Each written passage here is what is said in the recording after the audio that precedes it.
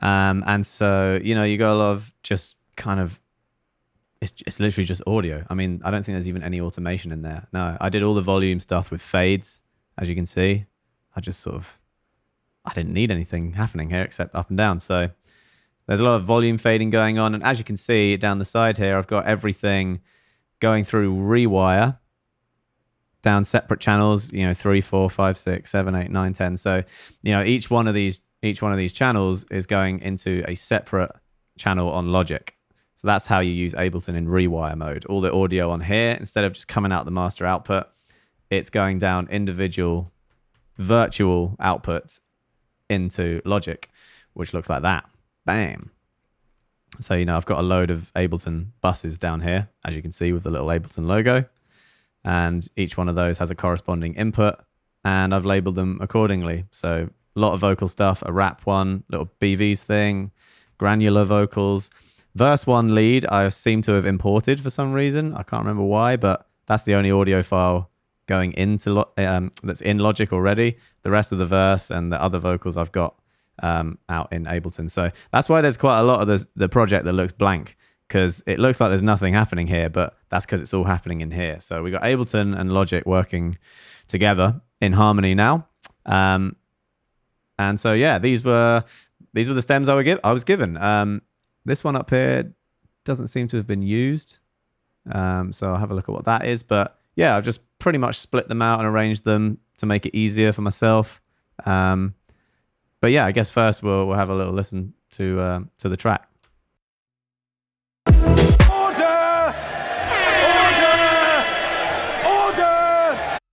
So there you go. That's a little blast of the Disclosure remix of Streets by Doja Cat. And so, yeah, we're going to get into it today, get under the hood. It's been a little while since I've done a breakdown, so I'm quite looking forward to this.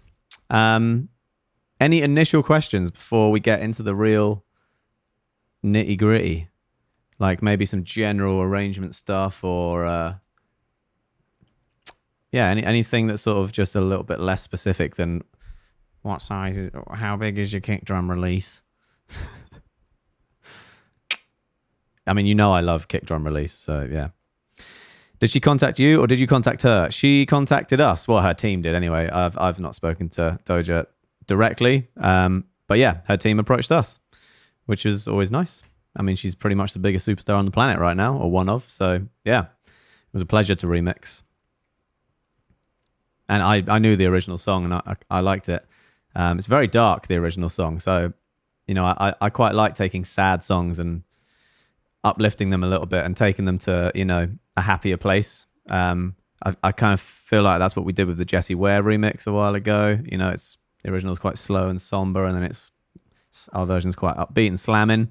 It's quite nice to have that juxtaposition. If you start with something happy, and then you keep it happy, it's like there's not been much remixing going on. There's not much change. So I like taking on sadder, meaner songs, and the original's pretty dark. It's really slow. It reminds me a bit of Bryson Tiller, Don't. That kind of trap style of things, you know. But yeah, I like it a lot. So obviously wouldn't have taken it on if we didn't like it. What else we got here? New M1 on the Lappy. No, this is an old laptop. Well, I say old, I mean, it's not that old. Just in general, how are you so amazing, guy?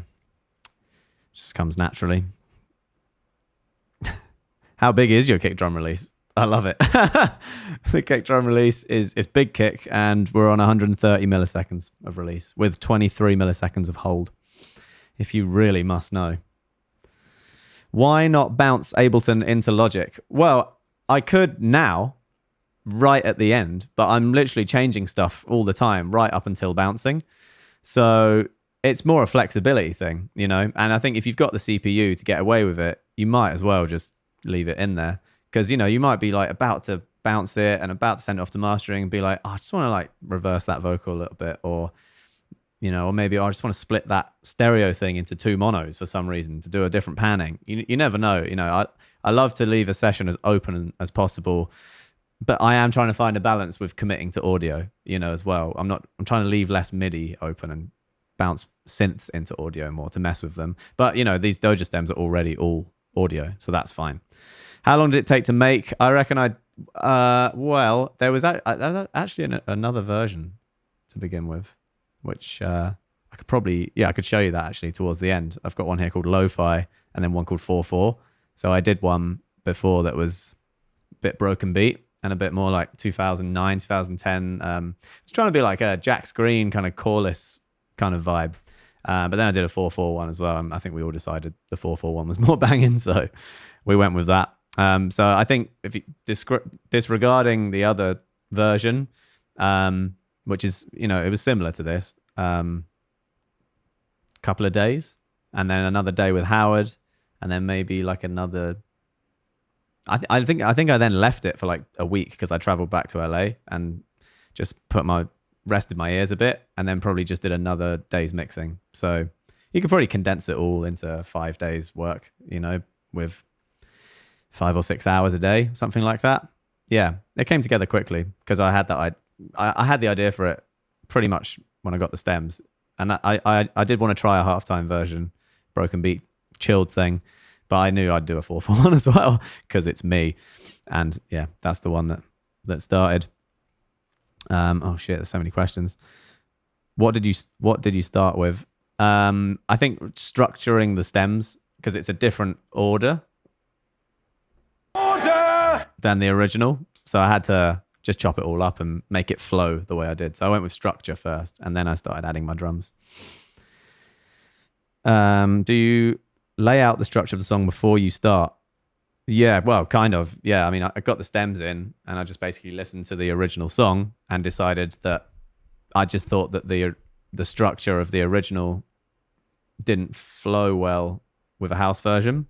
Like, I think the original starts with a chorus, which I heard as a post-chorus. So I've totally rearranged it, yeah. But I knew I wanted to start with a single vocal in the verse because I wanted to start with chords instead of drums. So it's like the chords happen and then the single vocal comes in and it's all nice and soft and sensitive. And then the group vocals come. So it was this version kind of like grows, whereas her version is like it comes in hard straight away and the chorus is there. More like, you know, our song Talk with Khalid. That starts with a chorus. It's just like, bam, there's the point. This one I wanted to grow a bit more, so... yeah, went with structure first. Can we expect more remixes? I'm not working on one at the moment because we're working on our own stuff. So no, but you can expect tunes. Definitely, we're putting out tunes this year for sure.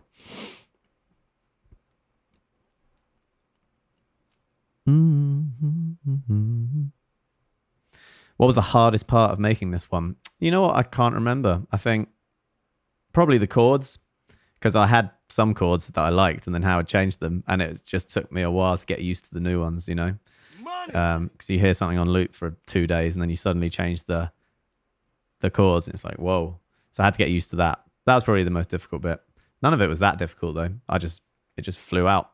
Getting the bass sound right was difficult because it is Monarch, but it's also a bass guitar, and I don't know, for some reason, this time around, they worked so well together. Like, the bass sound in this is slamming. I think I need to save that Monarch bass guitar combo as a preset, because I've done that loads, but for this tune, I don't know what happened, but it just sounds really good. Do I have matching shorts for this shirt? No, unfortunately not. That would be sick. Don't think they make them. Why Ableton warping over Serato sample? Well, Serato sample is like press and play, you know. Ableton's, it just plays and it syncs with the DAW perfectly. You could do it, but I mean, some of these stems are playing for like you know, like a minute or so, because you've got like oh shite, that's the wrong thing.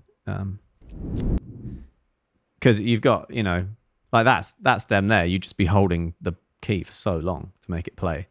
But yeah, look, I absolutely love Serato's warping. I think it's excellent. I just also think Ableton's is good. And when you're doing like a DAW sync thing, then yeah, I don't know. I would just opt for Ableton. I guess because you can see the waveforms all laid out. You don't have to have loads of plugins open as well. Like, it would just get messy, I think. But yeah, you could like put it in Serato Sampler, play it at the right speed, and then export it. I think I have done that before when I've done some disco edits, whatever. But again, it just limits the way that you can go in on stuff later, you know? Yeah. How do you make synths sound alive? I don't know. Yeah, I don't know. Too subjective. I'm glad they sound alive to you. Why not produce fully in Ableton? Because it's a bit shit. It looks shit. Look at it. It just looks like Windows 95. I'm not interested in staring at that for hours. I want to look at that. Colorful, nice. Yeah, sorry. And I know for a fact that the core of Ableton as well is like built on a 8-bit processor or something. So the effects just don't sound as good as Logic's. They just don't have the... Look at this. Door wars initiated. It just doesn't have the depth of like... of the effects of Logic. Like, don't get me wrong. I like it. I'm using it right here. Like, chill out, guys. It's great at audio warping. Destroys Logic. Logic destroys Ableton in other ways, though. I'm just fucking with you. Ableton's fine. Look, I just don't know the keyboard shortcuts. Simple as that. We've said it a million times. Oh no, they're 32-bit, man. No, they're not. There's some deep, deep thing within Ableton, apparently, that is not 32-bit. But I mean, you know, Logic's 64-bit. Isn't it?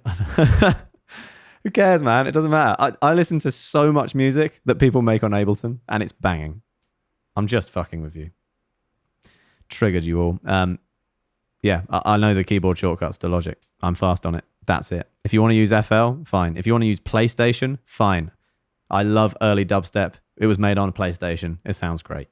I love Burial. He uses SoundForge. Doesn't even have a time grid. End of conversation. Jesus. All right, we're going to leave that bit out of the YouTube video. This is getting insane. All right, can we get back to the actual purpose of today? All right. So, after that brief distraction. Okay, cool. I'll take a few more questions later about some specific shit. But for now, let's get into it. So, yeah, I guess the first thing to start with would be the stems. So yeah, they're all coming in here on these Ableton buses. So I should have put some chorus markers out, but I forgot.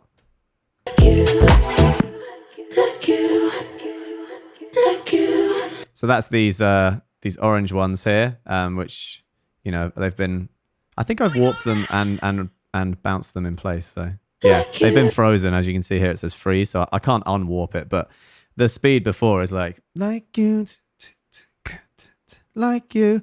So you can hear Ableton's done a pretty good job at.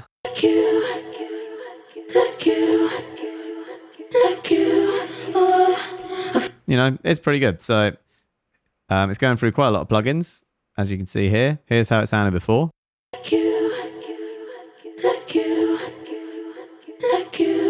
So we're going into a bit of gem dopamine. Not much because, oh, need to update that.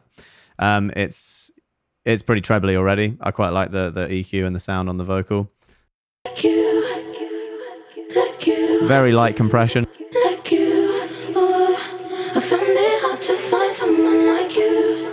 Quite a lot of spill in that recording, as you can hear. I reckon she's got her headphones quite loud, and by the time you multi-track that up, you know, you can kind of hear the room a little bit, but that's fine with me. It sounds cool.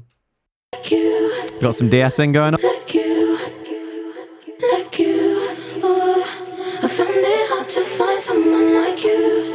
Just taking those off a little bit.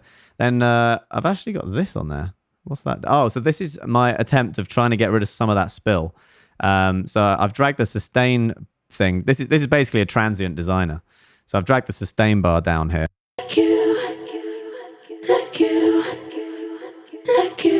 Can you just hear it kind of disappear in between? Like when I'll pull it up and you'll hear the difference. But for me, it's really doing a good job at taking some of that hum out.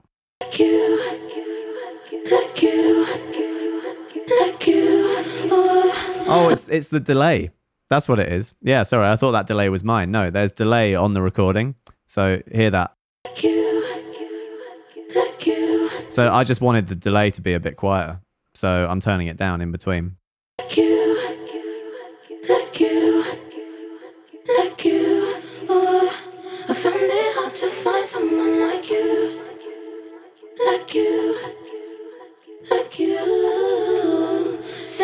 Works quite well. So yeah, it's not like perfect, but it's just getting rid of that delay a bit because it was just a bit too loud against the main vocal. It probably worked in context with the original song, but in my one, I just thought it was a bit too much. So yeah, we got some EQ going on, super subtle. Like, I mean, you could just literally delete it if you wanted. There's not much going on. Taking out some low mids. This is doing some like more de-essing here, just taking out this resonance. I reckon this vocal is probably recorded through one of those C800 microphones, which is really trebly around that exact frequency, and I don't love it. I like Neumann's, so got rid of that a little bit. Then I'm going for a Logic flanger, which is hilarious, but just on 20%, 19%. For me, I can't really hear it when the main vocal's in, but it's making the delay that's built into the stems just do a little bit of something fun, you know? Just getting a bit floaty. Someone said, what is de-essing? So the S sound of a vocal, like when I say it right now, sizzling, sausages. That, if you don't use a de-esser, the S's are going to really hurt your ears because microphones are very sensitive. So you want to capture all those nice frequencies, but then you also want to squash them because it's just more pleasant to listen to. So a de-esser does that. Like if I turn it up loads, you'll hear what it's doing.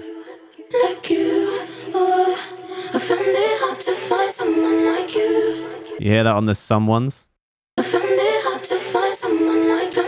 Like, that sounds too crazy, but just with a little bit, just makes it easier on the ears. And it means that you can turn up the whole treble and like the air of the vocal without tearing everyone's ears out with the S sounds, you know, because you want all that nice pss in the vocal, but then you also want to not, it's balancing act, you know. Yeah. It's like compression, but just for the high end. That's all you need to know. So let's keep going. Then we got a bit of reverb, which is actually on 0. So that's probably doing some automation at points. Yep. Here's some reverb automation. Yeah, you know, just washy effects stuff. Send your location coming through. And then you got a sidechain compressor, which I'm not going to go into. What am I sending this to? Bit of Logic Roto Cab. And then there's also an effects send, which is probably around here. Yeah, this is doing a quarter note delay on a bus, which is like another sort of, just another effect.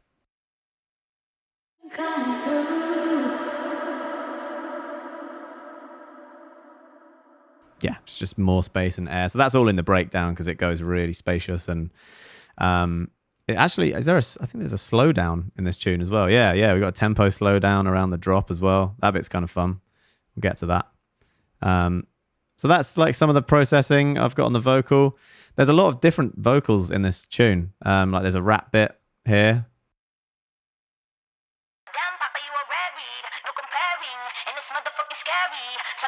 This bit here. Now the original is nowhere near that. Yeah, so it's like really clean. So I just put it through a decapitator and made it sound like it's coming out of an old talk box.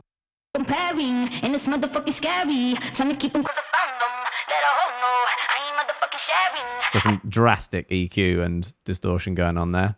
So we got this on punish mode on like 6. That's a lot of distortion. And then taking out basically everything.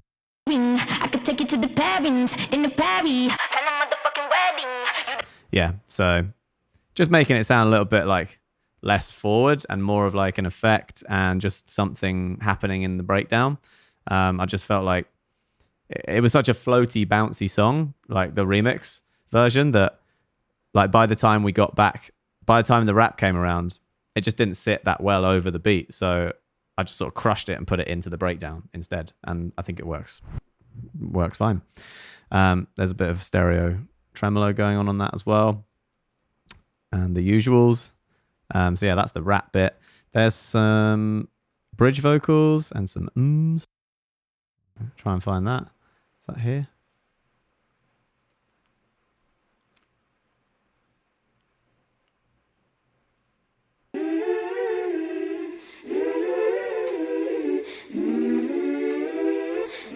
Yeah, some nice nice BVs there. So here's before.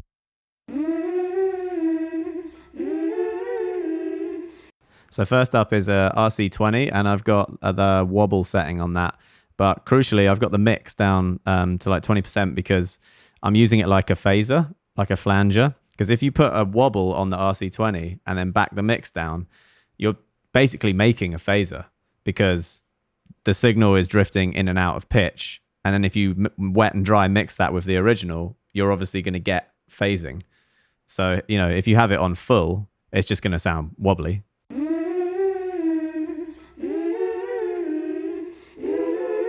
Just up and down. But, you know, if I turn that down, you're going to hear the phasing.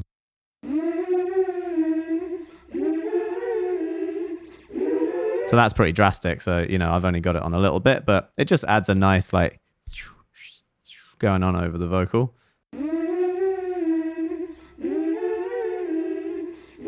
Just every now and again, you hear that, like, thing, you know?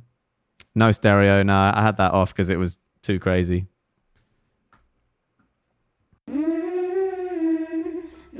But yeah, that does a similar thing, like in and of itself. It kind of does a phasey thing when you have that stereo button on. But if you're wet and drying it and you've already got a stereo, like hard pan vocal, I just didn't think it really needed it.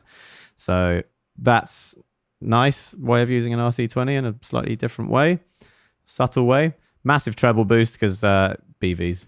And there's no S sounds in these. You know, she's just going, so it doesn't need loads of de-essing. You just push those highs.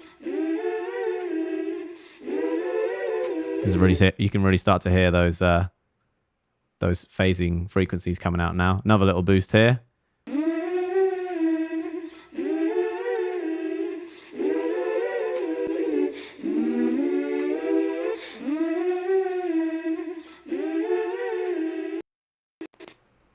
Oh, there we go. First little overload.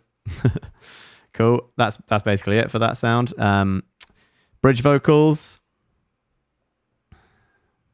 Money. Don't know where these would be.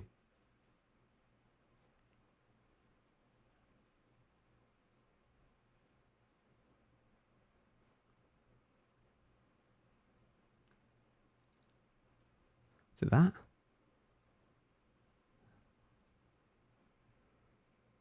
Yeah, don't know. Can't find them. We'll come back to that. Granular vocal. I think that's just this little thing at the start. Nope. I don't know what that is. Could be that.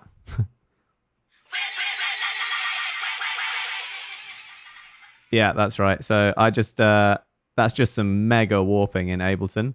If you look down here, I'll turn warp off.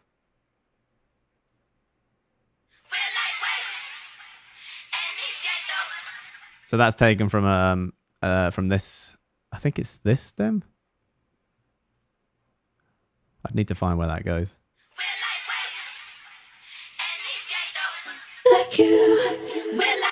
Yeah, vocal shouts. All right, cool. So there's some cool vocal shouts down here. Yeah, and they're on the drop. Yeah, so. So that's on the second drop, but I just basically took the first one, this one here, and just put it on texture mode, you know, here, and just push the grain size up loads, and then slowed it down, and then you get all those like jumpy granular spots going on as it tries to stretch it, but you know, it's re-triggering the start point, going so that's just a cool little.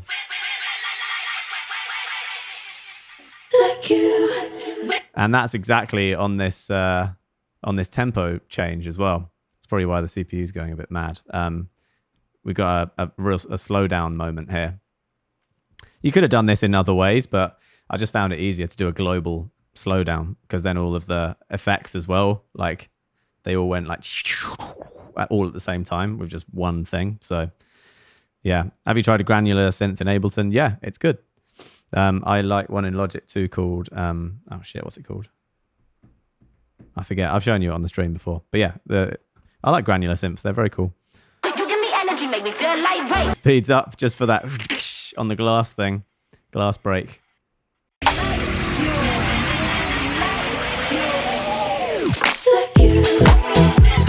Very cool. Don't think I've done one of those before, but yeah, it just worked. Got a bunch of glass going on there. So we go down to 41 BPM and then speed back up to 118.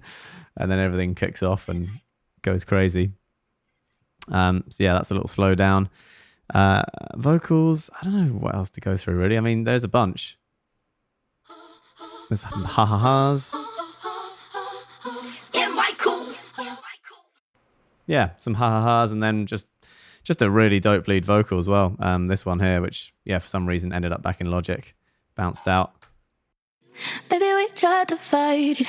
We all been there some days. Thought I needed something else and acted like I was okay. Oh, that's right. Yeah, so these little edits I've made here, I think these were just too loud. Like the attack of the vocal was just quite intense. So I just ended up just manually backing it down. You can see here I've taken off 4 dB, whereas this is all on plus 1. So yeah, I just felt like these were too crazy. There they are. There's some days. It was just intense. We all been there some days. We all been there some days. You know, there's a minor little fix, but to me that makes quite a lot of difference. That's just a lot of attack. Fight it. We all been there some days. We all been there some days. So yeah, that's what that was for. Put it back in Logic to do it for some reason though. I don't know why. So yeah, that's it. That's the vocal bus. All that stuff there, every single thing coming in from Ableton, apart from that. And all of those vocals are going grouped through a Soothe as well before they go to the master out. So just catching any frequencies and things. You know, it's not doing loads. It's on 76%, but I'm not hitting it very hard because you never know if someone's used Soothe on parts before or not. So I just put one on just to be safe. And, you know, usually if they have used Soothe, it just doesn't do much. And if they haven't, it helps you out. Where did you get the stems? from Doja Cat. It was a commissioned remix. Like her team asked us to do it. So that's the vocals. Anything you guys want to ask about that? I mean, that's the arrangement. You know, you can see I've just moved things around, and this is kind of cool. This is the vocal sample that rides throughout the song, which I've got up here.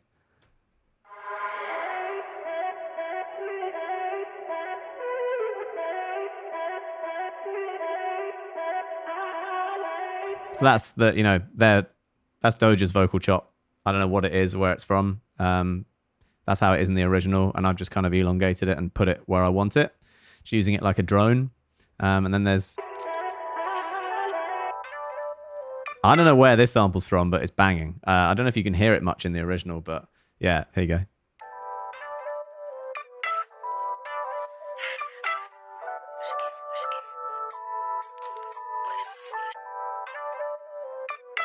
It's pretty cool, isn't it? So that's going on quite a lot as well. I think it's this green one here. So that comes in and out now and again in my version as well. They named Ableton because you are able to do tons. Oh, very good. Is that really why? Your laptop's probably on fire now from Rewire. Yep. Yeah, and I'm streaming with Streamlabs as well. So it's really putting a shift in. It's not too bad, look. We got a lot of cores. Got a lot of cores to get through. Did they ask for a certain vibe, or was it free reign? Total free reign. Yeah. Usually if someone asks me to do something specific, I would just say no straight away. Because the fun of it is like exploring the sound, you know, and working that out for yourself. I don't like to be, even if they said like do it housey with a bounce, whatever, you know, I think you just got to let someone try it out, you know, test a few things out and see what works. Here you go. That sample is taken from B2K's Streets is Calling. Ah, so that'll be why it's called Streets as well then. Need to hear that. B2K Streets is Calling. Let me type in Doja and then it will probably take me to who sampled who, yeah. 11 seconds it starts at. Straight away.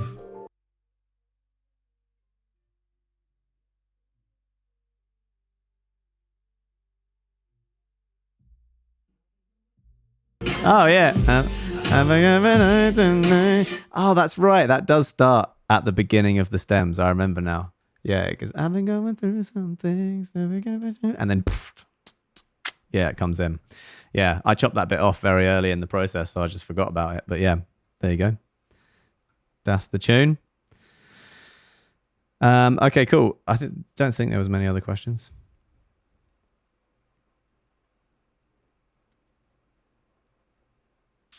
Did you make the beat before you chopped and edited the vocals in Ableton? Nah, did the vocals first, got the structure right, roughly anyway, and then once they were rolling, I think chords next, came up with some chords, and then I did the beat.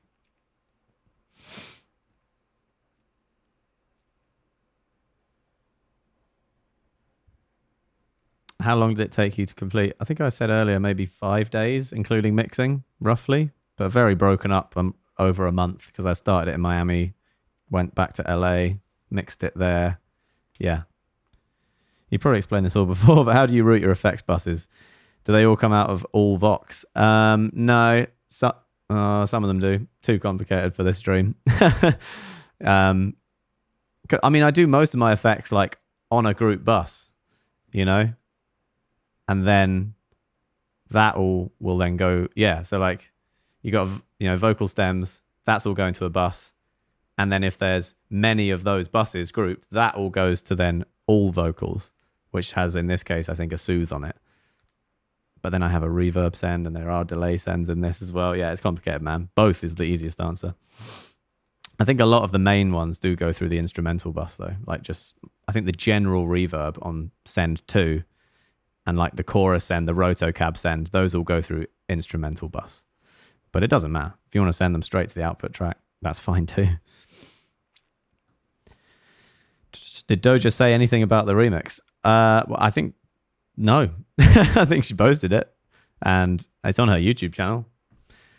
Yeah, I don't know. I remember the first day, like the reaction being very weird. There was some like strange meme going around that all of her fans were reposting. I think she's got some diehard fans that absolutely love the original. So obviously there's going to be people who are like, why would you ever touch such a wonderful creation?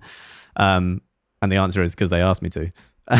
But, you know, that's to be expected. I think that died down after like a day. But yeah, there was some hilarious like memes and reactions going on. And now I think that's it. I can hear this in Forever 21. Everyone was saying like, oh my God, this is going to be me in the mall. This is me shopping. This is Zara. Yeah. Which I guess isn't bad. It's just like a strange observation for like literally thousands of people to have at the same time. Yeah. I mean, Disclosure stuff gets played in Zara and Urban Outfitters all the time. So fine.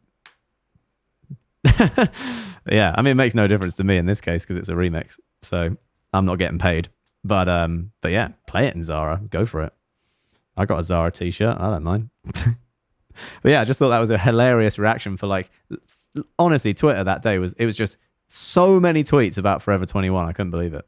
Never had a reaction like that. But yeah, other than those ones, it was all very positive and good, and it's had a lot of plays now. Yeah, I got Dan B.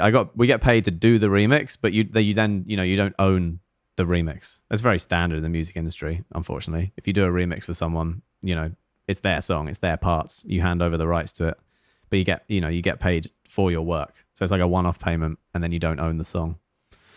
I mean, it's not, it doesn't have to be like that, but yeah, it's just how it is. So, for instance, I own Flume's remix of You and Me, but I don't own our remix of Jessie Ware Running, which is very strange.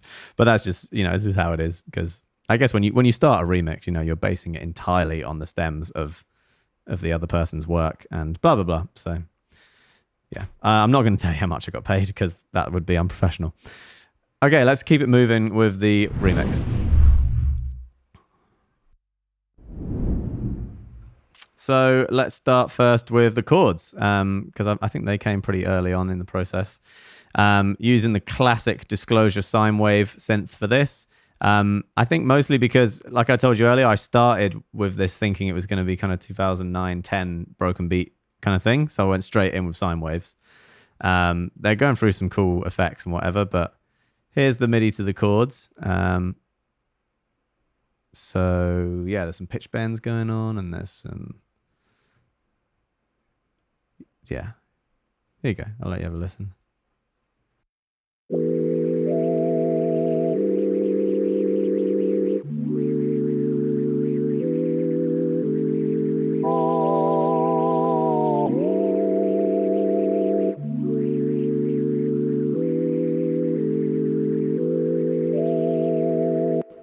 There you go. So yeah, it's pretty minor. And you got this nice over the top.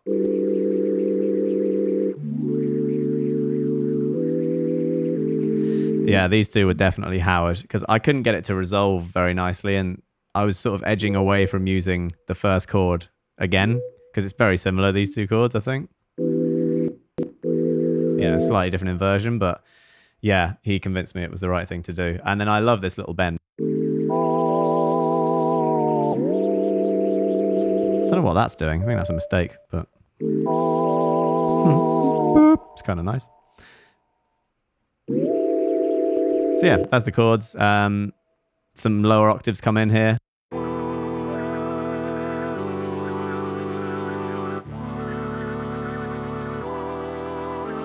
So as you can hear, there's loads of weird stuff going on with the frequencies. So automation-wise, one of the things you can do with this synth in Logic is fade between oscillators. So this here is controlling this little bar here, which is moving us around between sine waves and sawtooth. So yeah, it just slowly becomes less sine wave, slowly more saw wave. Got a bit of vibrato on here as well. But yeah, no chorus, nothing really else, just sine waves. Very simple. Bit of what? Is there a bit of noise? Yeah, a tiny bit of. So that's how I'm beginning to sort of shape the sound a bit. So putting out some noise. Let's take these plugins off.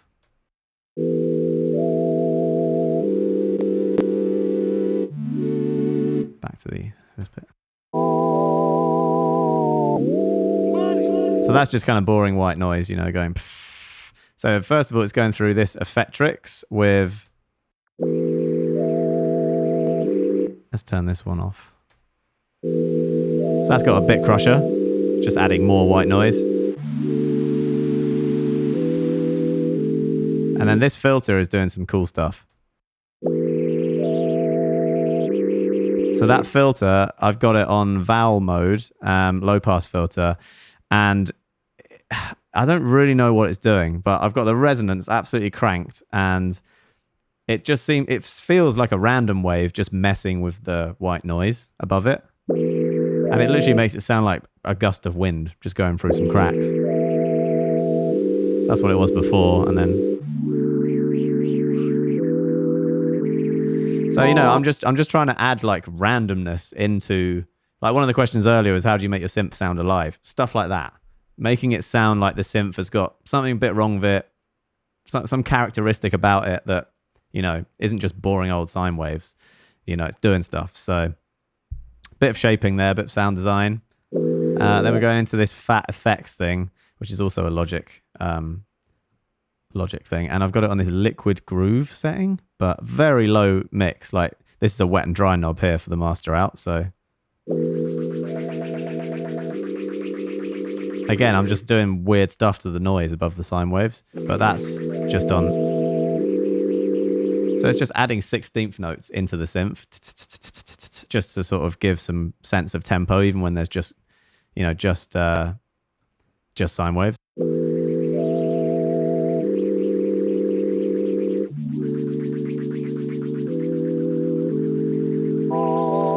So that's how it's, you know, it's just a bit better than this, isn't it?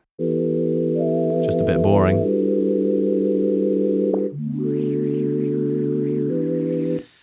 Then we got some EQ.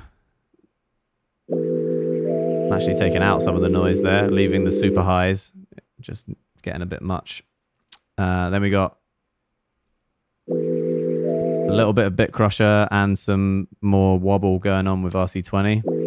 Very subtle though. That's the Conor Albert setting. And then H delay, you know, the normal delay reverb. Bloop, bloop, bloop. Chorus, and that's it. Not much chorus, just a little hint. Oh, the chorus gets louder in the chorus. So yeah, I've got it like down here for the verses, and then in the drops it goes up to just make it wide, you know, in the chorus.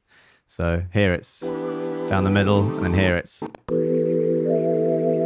just comes in nice and wide and gives a sense of like more. So there you go. That's the main synth, sine wave synth.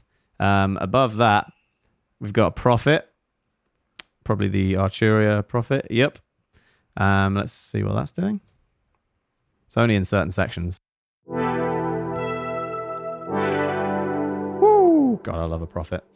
So that's doing big sweepy stuff, taking out the lows, boosting some high.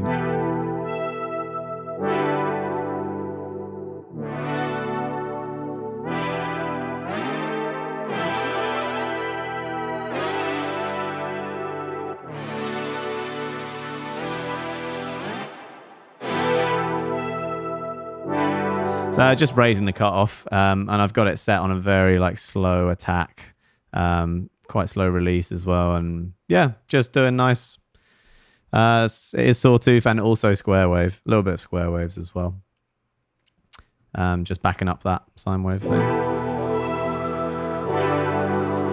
You can hear as the sawtooth wave comes in on this, the rhythmic stuff I added over the top is coming into play.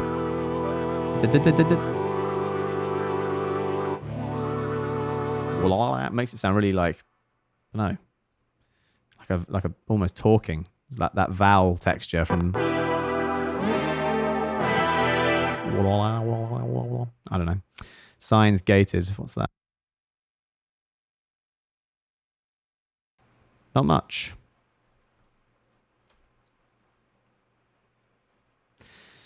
Okay, that's interesting. Maybe I need something. Oh, it might be. Yeah, I've got like a trigger, gate trigger. Right, yes. Okay, cool. So this is how I did the chords for the drop. So just the way I've done this is I'm triggering it rhythmically with this thing.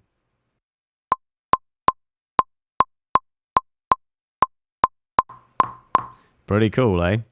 Triggering the rhythm of the synth with that, and that is opening and closing a noise gate. So you might have seen me do this on the stream now, but I think this song was the first time I kind of realized I could do this. So let me take everything off. So that when the noise gate's off, it's literally the same synth as this, right? You got the sample normal signs, and then these are signs gated. There's not even any different plugins. It's exactly the same. And then I put the noise gate on with the trigger.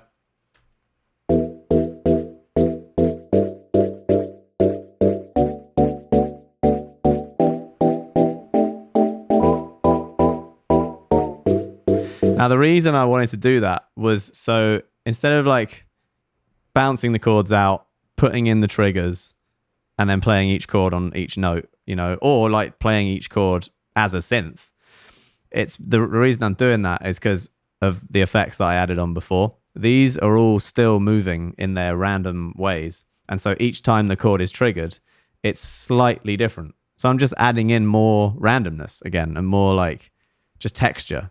Otherwise, it would just be that exact same. But instead with this, it's not that drastic, but you know what I'm saying? Like each trigger is different. And that's, to me, like pretty much the best difference between analog and digital, is that it's so easy to get lazy with digi stuff and sampling where you just have the same chord over and over again or the same hi-hat sound. Analog, it's like, you know, even if you look at the waveforms coming out of a 909, a real 909 clap, it is slightly different each time, which is crazy.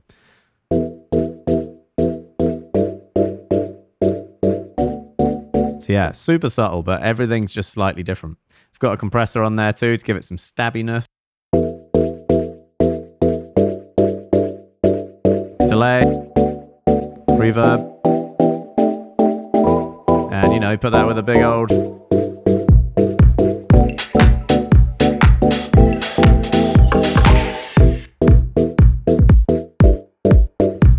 off to the damn market.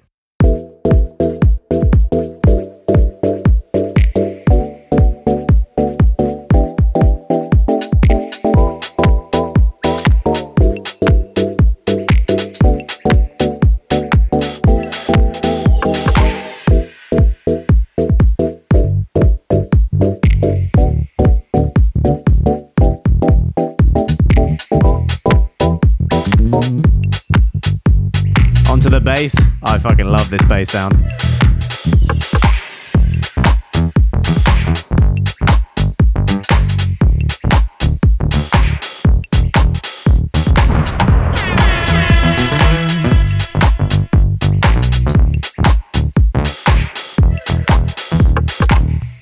Yeah, I don't know why I got it sounding so good that day, but it just worked really well. So yeah, taking the lead on the bass with, you know, most of the weight of the bass. We got the Ample P bass, which you've seen me. I use the jazz bass probably more from Ample, but you know, when you want something just warm and pure like muddy, the P bass is obviously great. Let me turn that off. Take some plugins away, so we go back to basics.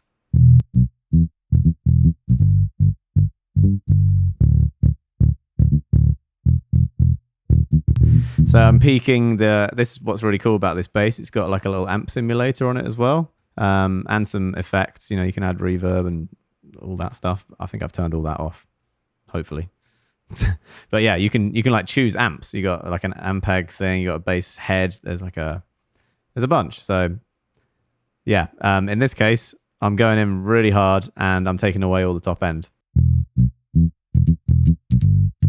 Don't want that stuff. So I got rid of that. But we're peaking this just a bit, you know. So that's a bit too much. But yeah, so you got that going on. And then I'm boosting quite a lot of 100 hertz as well. Probably a bit too much, to be honest. I don't think I meant to do that. Should be about there. And yeah, getting rid of some...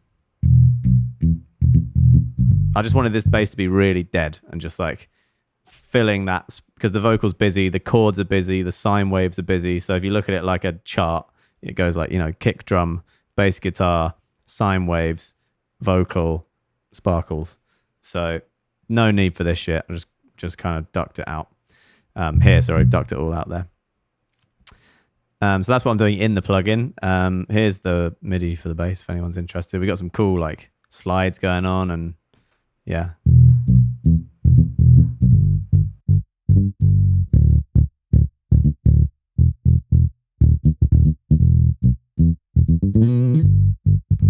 Serious Phil.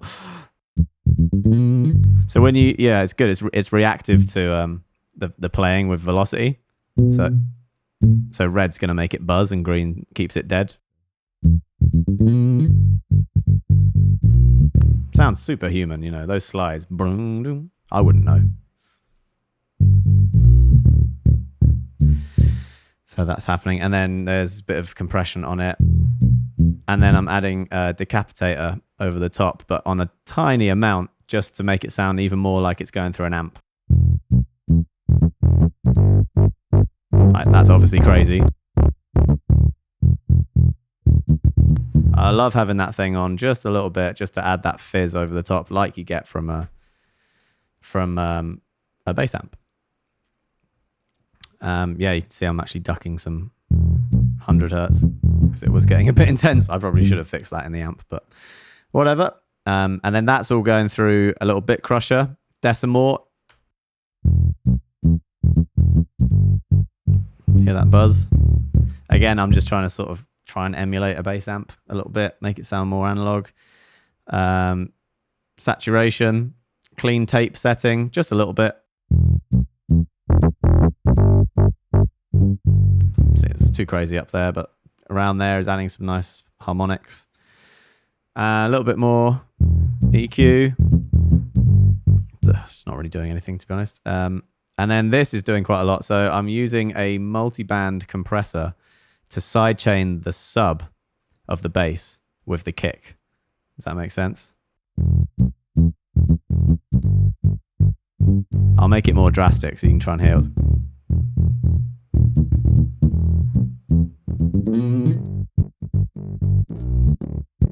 So it's like sidechain compression, you know, but instead of taking the entire signal and the whole bass, I'm just squashing the sub. So you still hear all the finger noise, you know, around here, the same level. It's a good way of, you know, getting rid of some frequencies. If you've got a busy bass line like that, you know, you want to hear all those cool movements, but you don't want all of the sub down there.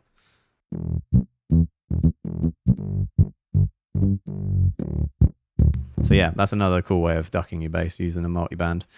I'm actually using a multiband and I'm sidechaining it, but like only a little bit. So the entire signal is getting ducked by like 30%, and then the sub is getting ducked by like probably 80 or 90%.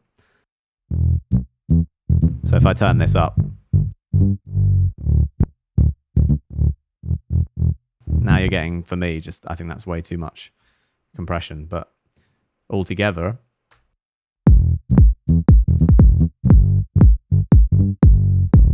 super swung as well. The bass is so sloppy and late. I love it. So that's the bass guitar. And then we got Monarch over the top doing a badass setting. I don't know how it's just so fat for some reason.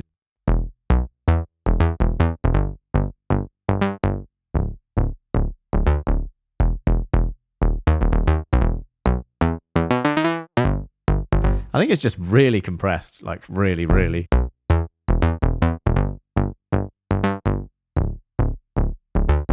Jesus, yeah, you put that with the bass guitar. Oh, we got a little slide issue there.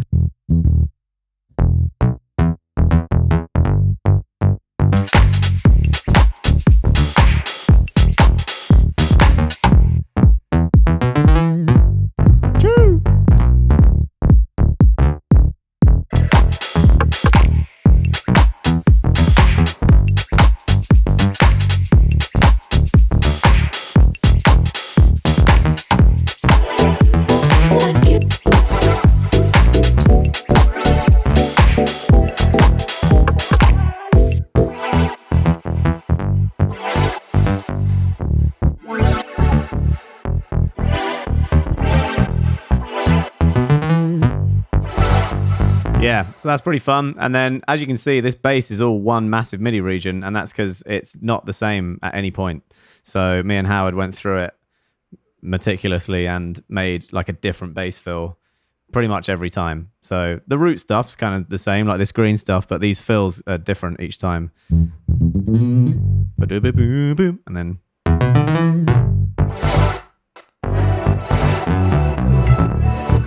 you know, just making it more like a jam.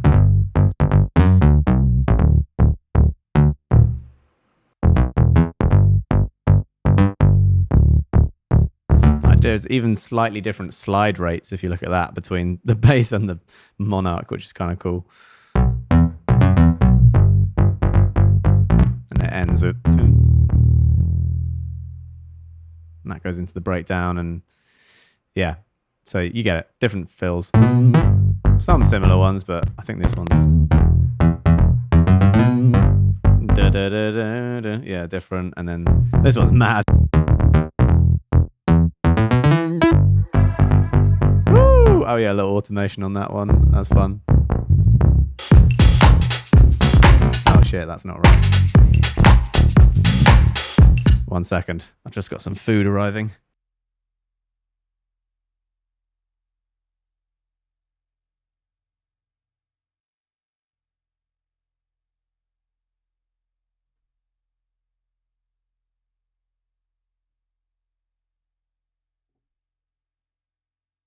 Mexican feast today from Emily.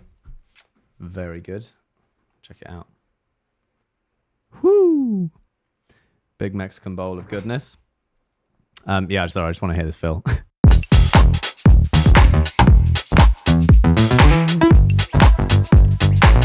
Oh, yeah, I love that little...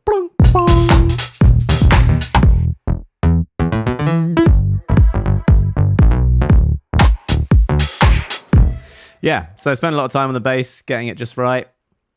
I think, but I'll do the drums last. I think the thing that you're missing is these little synth things here. Oop.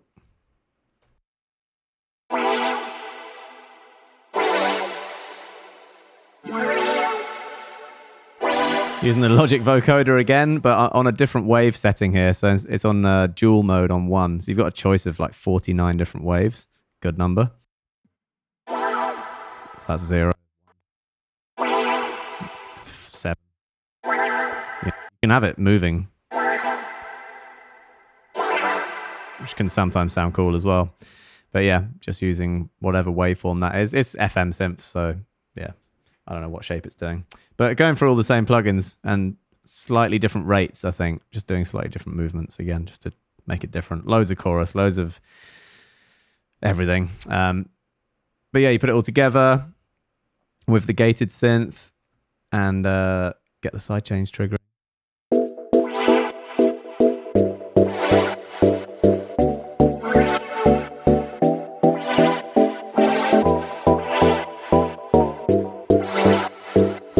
Sounds cool. Just a little string note as well that comes in. You know, classic stuff. Oh yeah, and then this is cool as well. So instead of just tape hiss and vinyl crackle this time, we've got a fire burning. Because when a fire starts to burn,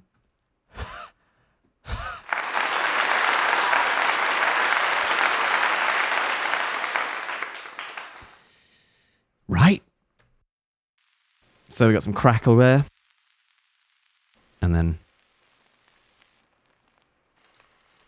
some nice fire noise as well. Turn it up a little bit for you.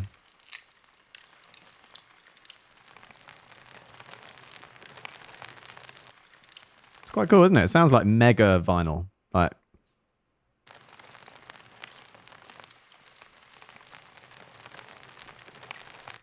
yeah, I don't know. Oh shit, can I get that back to how it was? I don't know where it was, but yeah, I like the fire sound.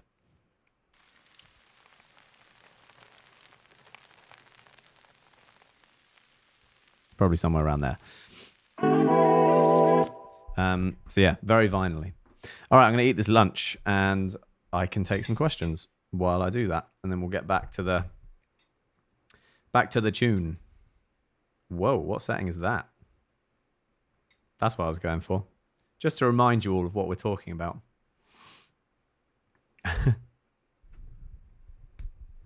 Burial uses Rice Krispies. There you go. There's no wrong in music.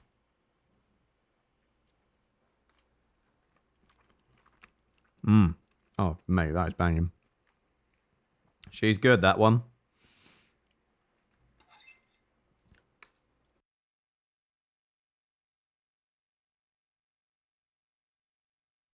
Show me the reverb on the chords. Yeah. Which chords? On the big, like the last ones I just showed you. The zhong.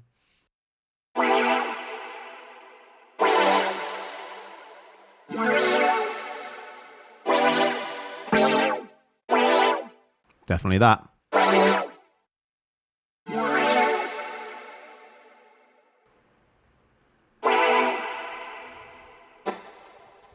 Did you mean that one?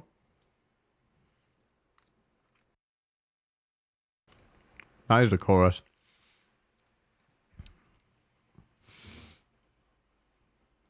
How do you find all these synths in Logic plugins? Mate, just years of looking.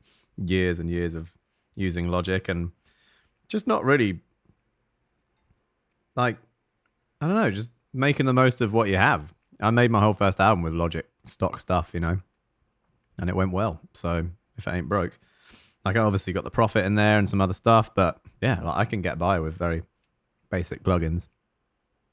Monarch is another one that I do love though.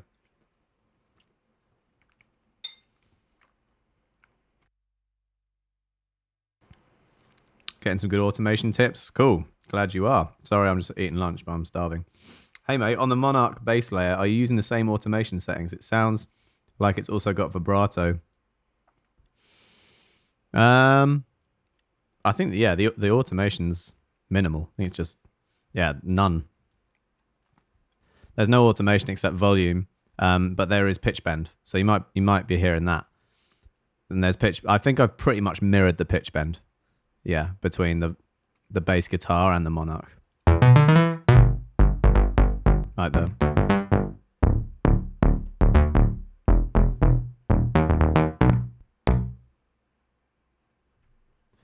Yeah, I don't know. Oh.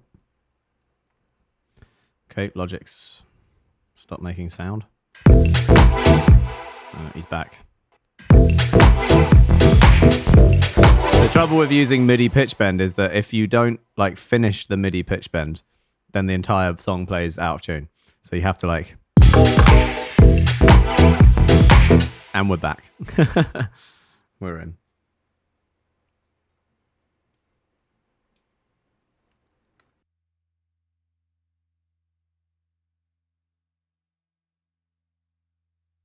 This is a 10 out of 10 meal. Ooh.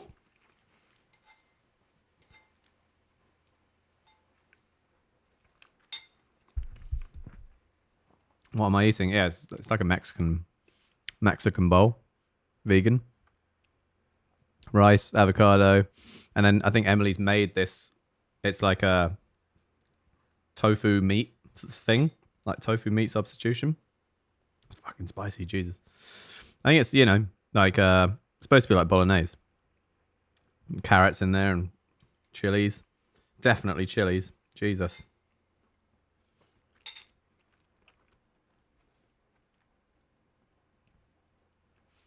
Do you use any Logic native synths ever? What does that mean? Like stock Logic synths? Mate, tons. That's what we were just talking about. Most of this song is stock Logic synths. That one is used 3 times. Logic strings I'm using. For my drums, I'm using battery, but even like the tambourine and shaker, I think are Logic stock loops. That's about it for this song. But yeah, I have absolutely no issue with using Logic stuff. Stock stuff is how you use it.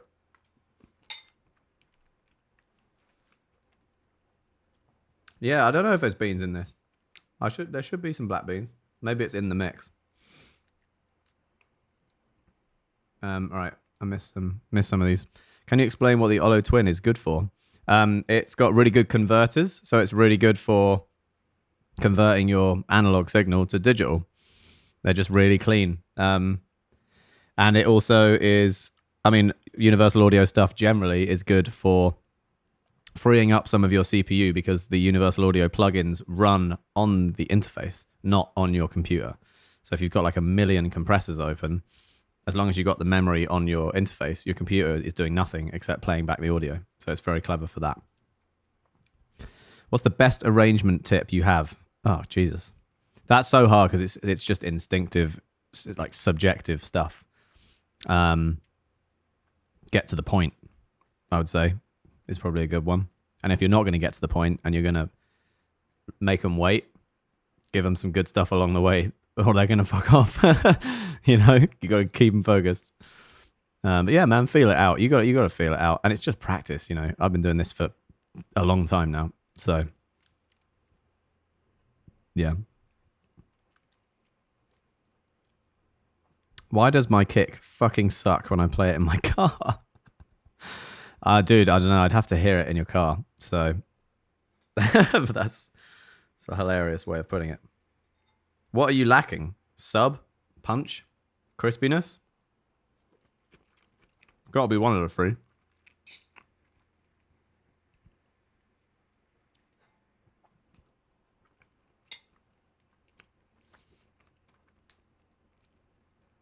Which plugin or synth would you recommend as someone's first to buy? Well, that's pretty vague, man. What do you mean? Like, what are you trying to do? Are you trying to mix? Are you trying to make sound? Are you trying to... Like, what are you doing? What stage in the experiment are you? If you need a synth, then I would recommend the Tal Juno 106. Because is it free? It might be free. If not, it's very cheap, and it's such a good all-rounder. Yeah, go with that.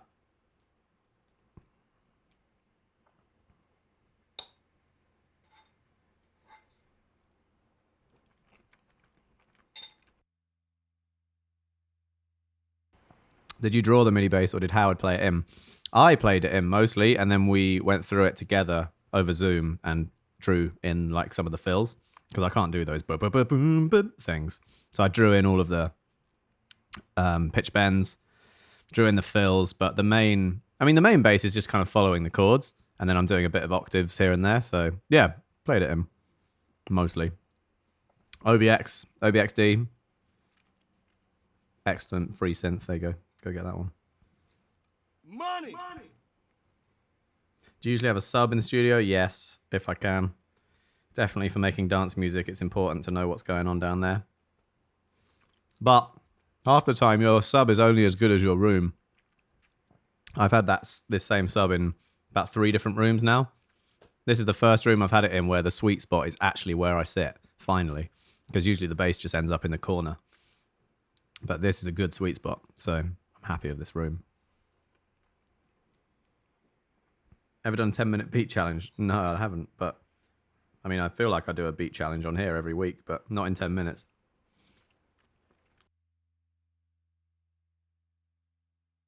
How do we get in touch with you to host production feedback sessions for our Discord community? On my Discord, I would say, is the best place. Go check it out. Discord.gg/disclosure music. No, just /disclosure, sorry. Someone will put it in there. There you go. You're on the Discord? There you go. Yeah, message me, man. People message me all the time. I do my best to read them.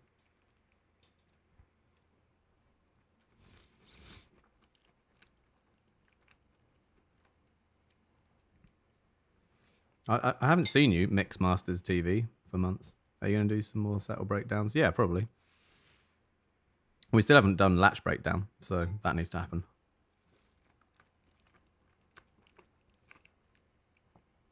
I'm the reason you moved to Discord. Oh, awesome. Good, good. Yeah, it's fun, isn't it? I hope you guys enjoyed that article that was written about our Discord today. I posted it. I thought it was... was that what you guys were going on about when someone was asking you questions about the Discord and about like how it was? I remember a few weeks ago you guys were saying someone was looking at doing a PR piece. I'm guessing that was it.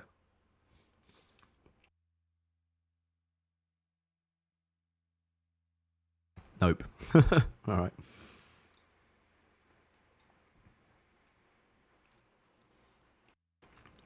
Cool. Defeated no more breakdown. I don't think we've done that.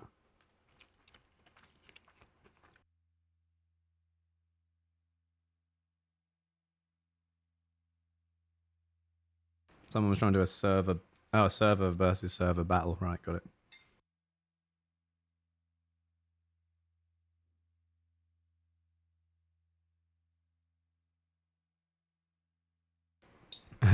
7:38 crew, massive. I'm always asleep these days when that's on. Being on Eastern time's like no chance of seeing it.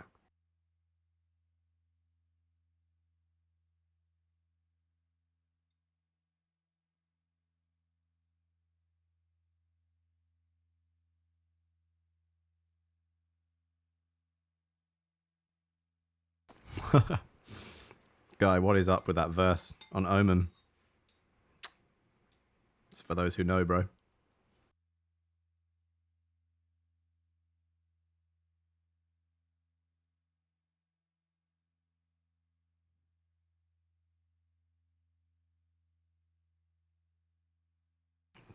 Yeah, it caught me off guard. Top secret. I cannot divulge.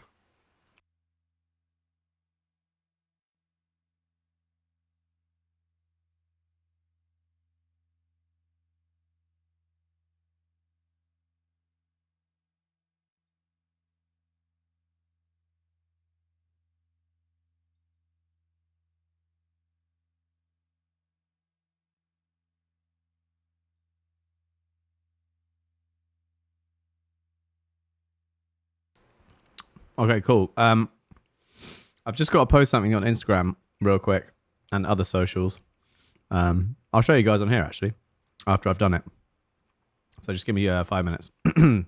Quick pee break, and then we'll do the drums. Go through some of the mastering stuff, the mixing, more questions, and then I'll recap as well about this week's competition remix thing. All right, stay tuned.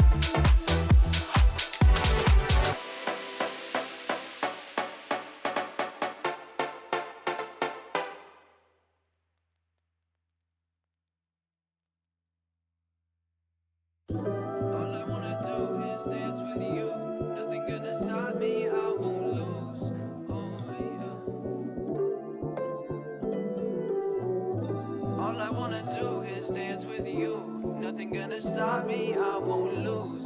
Oh yeah. All I wanna do is dance with you. Nothing gonna stop me, I won't lose. Yeah. All I wanna do is dance with you. Nothing gonna stop me, I won't lose. Yeah.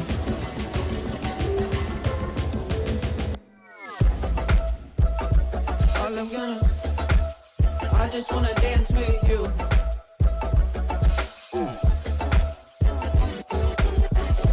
All I'm gonna, I just wanna dance with you.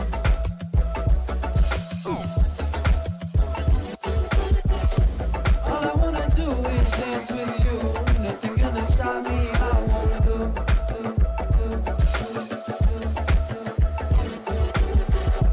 All I wanna do is dance with you. Nothing gonna stop me, I won't do.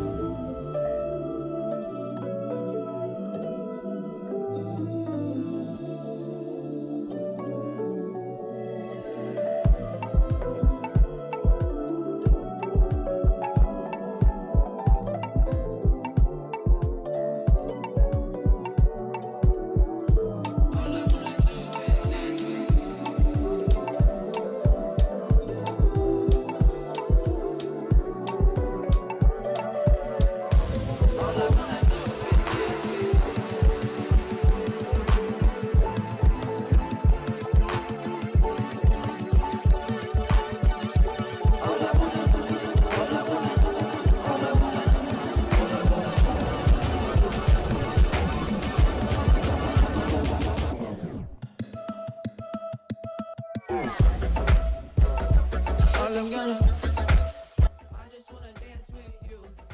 Big remix, very sick. All right, I'm back, guys. Hello, hello. Thanks for waiting. Yeah, let's get this remix breakdown done. So what's left? Drums, bit of mastering, and questions. Here's the drums in their fullness. Oh, actually, I feel like we're missing.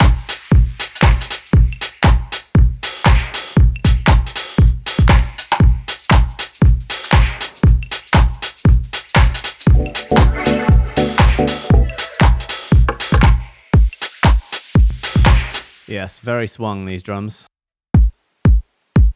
Sounds like it's going to go, and then it goes. Woo!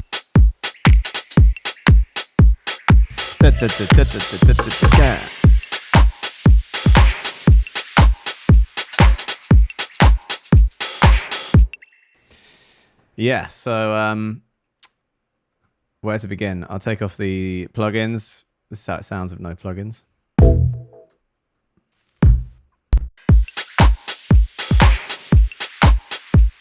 Don't think I was using the studio anyway.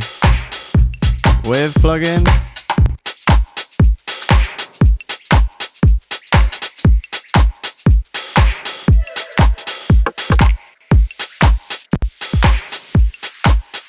So you'll notice without the plugins, it's peaking actually higher than with. But with the plugins, it sounds louder. See, without. Peaking at like -6, and then with peaking at -9.5. But it sounds so much fuller and richer, and that's because we're doing compression, we're doing some saturation, we're doing limiting. All helps, you know. Yeah, that sample is from Market Mondays that I just used. Shit, I need to get some new samples. But yeah, that woo is definitely in there. Cool.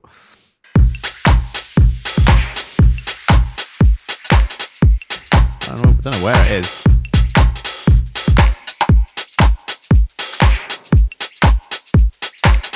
I think it might be that. Yeah. Good spot, Danby. Yeah, cool. So let's go from the top. We got the kick. 2 kicks, I think. Might be a third.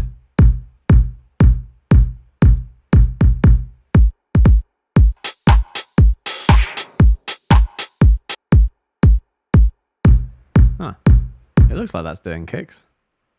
No, it must just be hi-hats.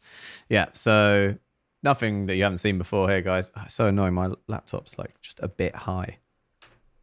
There we go. Big kick. Yeah, doing its thing. Here's the setting if you want it. And then that Dilla sample over the top. So that's without it.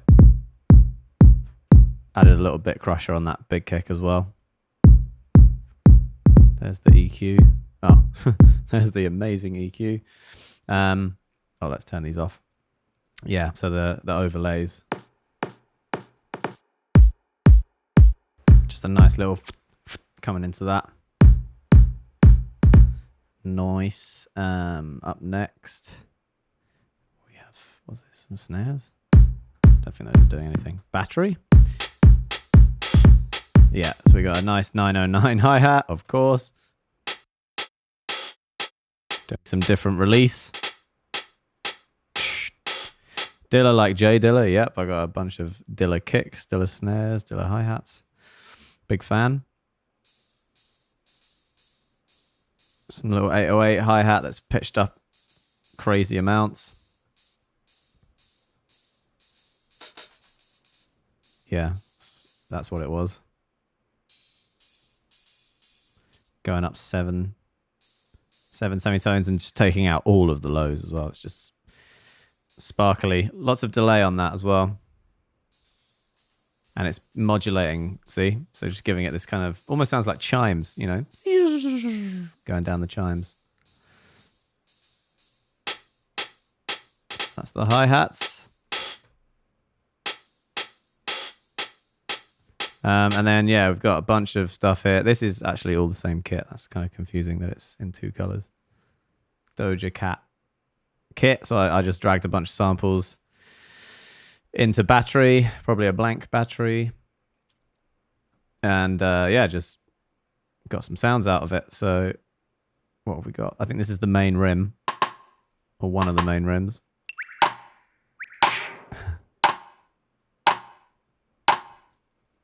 That one and that one, so they're kind of doing a flam each time.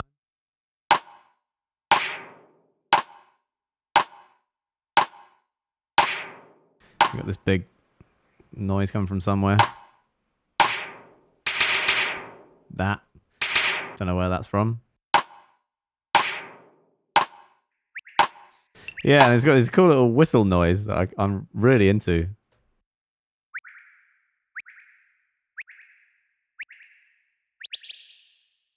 So what I've done is it looks like a, yeah, it's a tom that I've got on reverse. So if and I've got the envelope. So that's what it was. And then I've reversed it. So instead of going tew tew, it's going wheat wheat.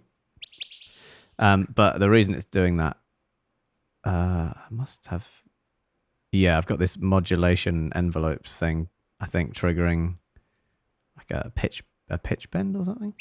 Maybe not. Maybe it's just, that is how it, oh, I've just tuned it up by 25 semitones. That'll do it. Turn it down, turn off reverse. Then it's much more of a Todd Terje tom.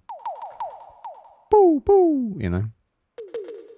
Yeah, much more classic 80s tom. But yeah, put it up 27 semitones or whatever it was. Yeah, and then I've made the velocity react to, instead of the velocity doing the volume, it's doing the pitch. So the harder you hit it, the higher the pitch. And so in the MIDI region, you'll see like it's growing, going up and up. And that's just drew it in on the automation. There it goes. Very subtle, but in the kit, I think it adds just a nice little sort of happy moment.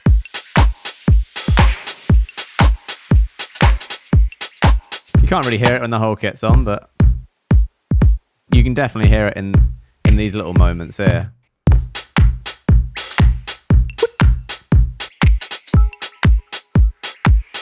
It's almost like adding just like a splash of reverb that's in a different pitch to the clap or something. Yeah, it's weird. I wouldn't usually do something like that, but I did that day. Couple little shakers as well. Clave. Probably the same clave I use for Omen. A lot of clave and Omen. Just 808. 808 clave.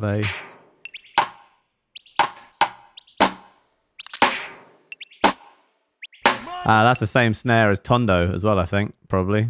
Sounds it. Yeah, it's pitched down a bit, but I know that snare. Tondo. Well, the first one anyways.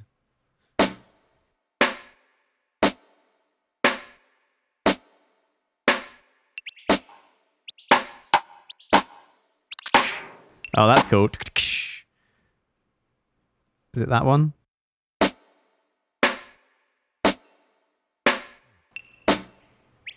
Oh, I thought we... Where is it?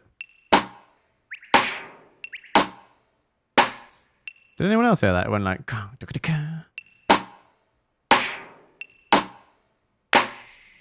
Don't know where it's gone.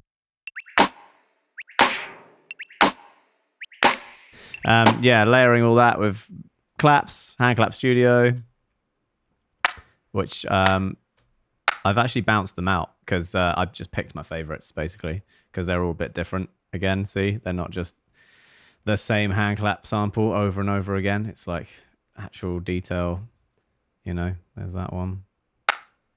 So yeah, different hand claps each time just to give it a human feel. I actually did that the whole way through the song. So I'm a bit of obsessed with that. The clicks I left as MIDI because, I mean, they are different each time.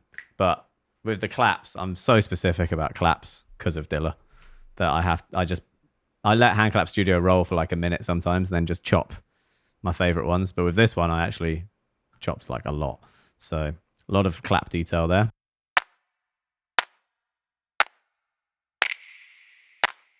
Hoi.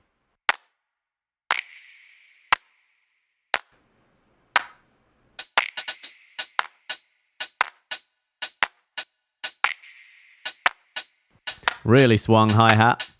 Super off the grid.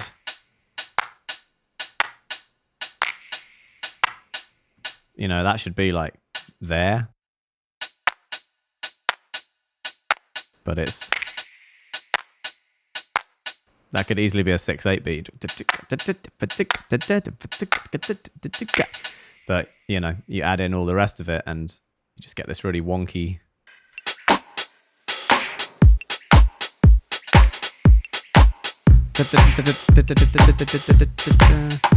And then you got a couple of shakers and tambourines over the top. I either got those off of Splice or off of Logic. It's really nothing crazy. It's just a shaker in it. A couple of transition effects.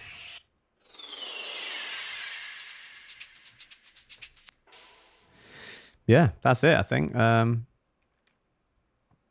I don't think anything else really happens in the drums. It's pretty just straightforward, wonky beat.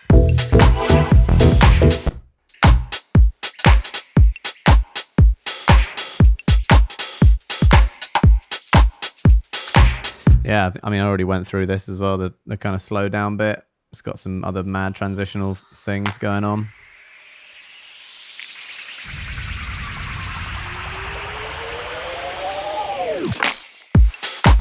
So I'm doing that sweep sound.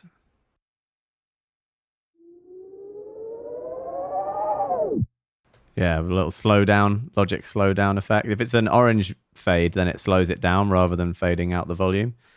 So here's the difference. And then with the slow down instead. Pretty vibey. There's a siren. Oh, damn it.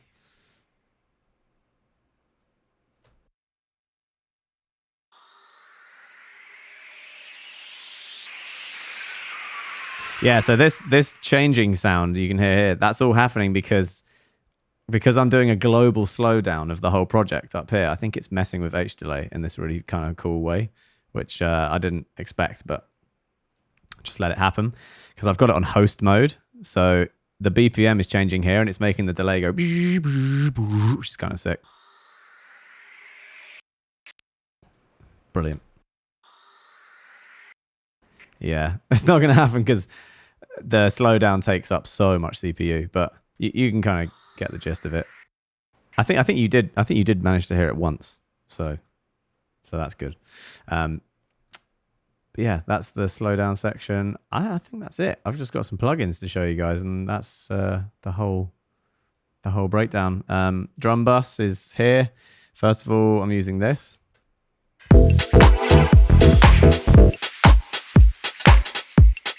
Just really light compression.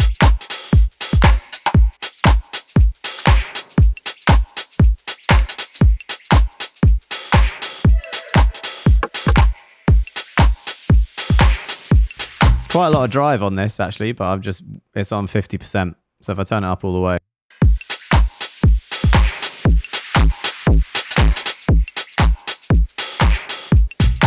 You know, you can just get some grit in there. Bit of inflator.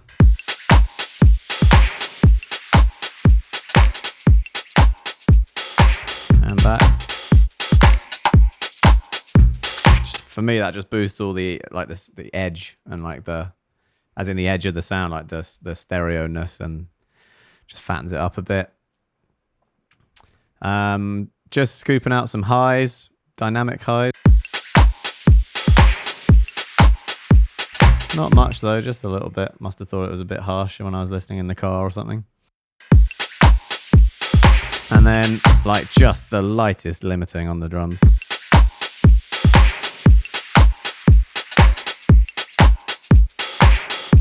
Yeah, not much at all. Wanted to leave it nice and open and, you know, not too slammed. Yeah, that's it. That is every instrument I think we've covered. I'm going to show you the mastering chain, and then I'll take some more questions, and then that's about it. So I've got the plugins for mastering are on this channel, which you can't see because it's behind me. What if I do that? Hey, there it is. Yeah, you have this. You can make it fat and small on Logic. Cool, you can see that. All right, there's a couple of other plugins here, but don't worry about those. So here's the mix with nothing. That bass is out of tune. One sec.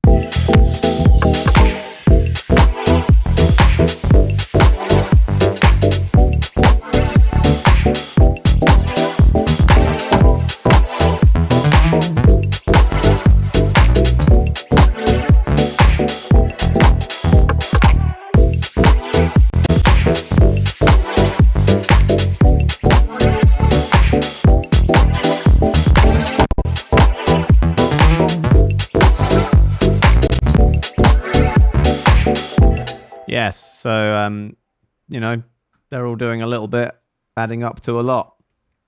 I don't know what this is doing on there. It's panning it to the, oh yeah, I know what that is. Yeah, you don't need to hear that.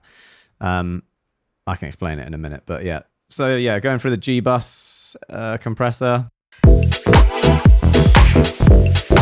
Oh, those bass bends.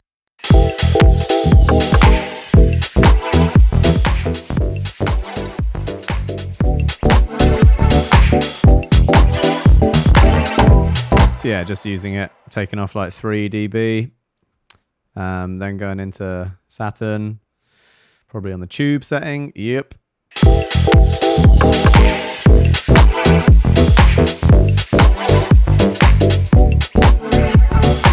Just got it set just how I like it. I'm going to turn this down a bit. Then this plugin, which never works on my screen. It just turns red. I don't know why. And then it makes another one. Yeah, that's just compressing a bit. That's all you need to know. Inflator. You've seen all this. What's my EQ doing? None. Good. No EQ means I was really happy. Didn't have to do anything. Yeah, boom. Okay, then I've got a direction mixer on there and it's panning it to the right. So the reason that that's happening, and I think you saw me earlier as well, delete like a test oscillator, which is what I was doing is getting ready to run it through some gear. So I was going to run it through my SSL Fusion box, and when you check the channels, you know, just to make sure that left and right is perfectly matched in terms of like the balance between them. The best thing to do is run a test oscillator down them, which just goes boop, and then you can just check that you're not one side too heavy. Really, I probably should have just fixed it on the faders. But I guess this was on the way out. So yeah, I mean, it's such a tiny amount. It's like two degrees to the right. So yeah, basically the right channel was slightly quieter than the left. Could just be I was using two different cables. One was slightly different. Could just be the amp was still warming up a little bit. I don't know. So I put a direction mixer in there to fix it. And then yeah, you can see here I'm sending it down outputs 3 and 4. So at that point, what I would do is mute the main output on Logic and start listening to my SSL desk, and then I would be tweaking all my settings here. So, you know, the order of events is, you know, the sound enters the master effects bus from the top. It goes through all these plugins, and then it goes out of outputs 3 and 4, and then back in through my Tasty Gear over there, down here. So that's why you can see at the bottom, SSL return full mix. So if I solo that,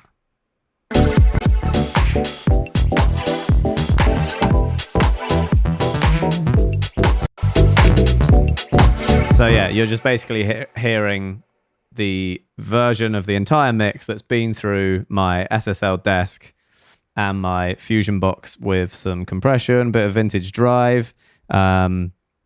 Oh, and the stereo widener as well. That's the main thing. The stereo imager on that thing is just so good.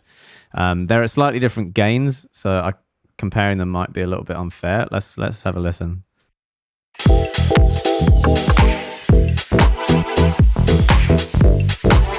That's about right. So yeah, see, if you're in headphones, you should be able to really appreciate the stereo width that this version here is going to give you compared to the one that you're hearing in Logic. So you're hearing like pre-Fusion mastering now, and then I'll solo this, and then you should hear the whole mix kind of come to life a little bit more. Just a, 10% type thing, if that.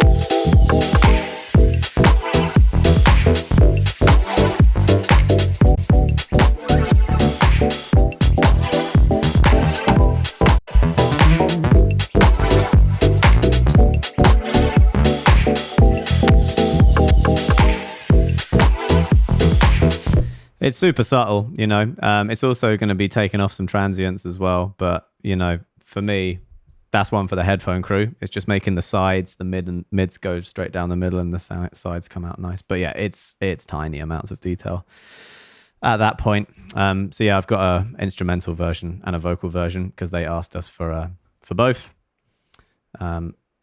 So that's why that's there, and it's getting routed down outputs 3 and 4, which you can see is, oh no, you can't see. It's always that bottom corner is so annoying. But yeah, and then maybe if so once that mix is back in, so now you're hearing the mastered mix. Once it's back into Logic, I then run that out of outputs 1 and 2, to hear what's going on. And then I have added a couple more things. So then I ran it through Soothe because I felt like it must have just been a little bit harsh. But it's tiny. Yeah, I mean, that is really not doing anything, to be honest. So whatever. And then some... yeah, there you go. So a little bit of EQ. I've got this on linear phase high mode. So that's going to be seriously using a lot of CPU. But yeah, a bit of boosting of the mids, but also like compressing them. And then I've taken out quite a lot of highs, actually. I must have just thought the whole mix was too trebly in the car or wherever, headphones. Yeah. That's it. Yeah, that's a shame. I probably would just sort of put that back in now. Can't be having that. Look, you can see like the curve. That is kind of, you want everything to be kind of flat across the mix at that point. So no, I think it was the right move. So yeah, taking out some highs, a little bit of high mids boost. Yeah, waveform looking good, looking balanced. And then I would have put a limiter on it probably for a demo, but I sent it off to mastering, so I didn't need any Didn't need any limiting. I also, when I sent this tune off to get mastered, Stream Deck's gone. When I sent it off to get mastered, I probably sent them a version without the fusion. So I would have sent them the instrumental and the full mix, and both of those through the fusion. And then what I probably did was, sometimes I leave it here. No, I probably took a picture of the fusion with the settings that I was using, because most mastering guys, well, a lot of mastering guys now have that box, so they might want to try it themselves with my settings and then tweak it a bit if they didn't like it, or use a different machine to try and get the similar sort of vibe I was going for. But I think in the end they ended up using the one that I ran through Fusion, because I like it, and that's what matters. I think Stuart at Metropolis did this track for us. Where do you get your tracks mastered? Stuart Hawks, his name is, at Metropolis in London. And yeah, he trusts my mixes and he knows how specific I am, so he probably would have probably done like an A to D conversion through his analog stuff, but on probably on 0 settings, just to literally get it through the gear.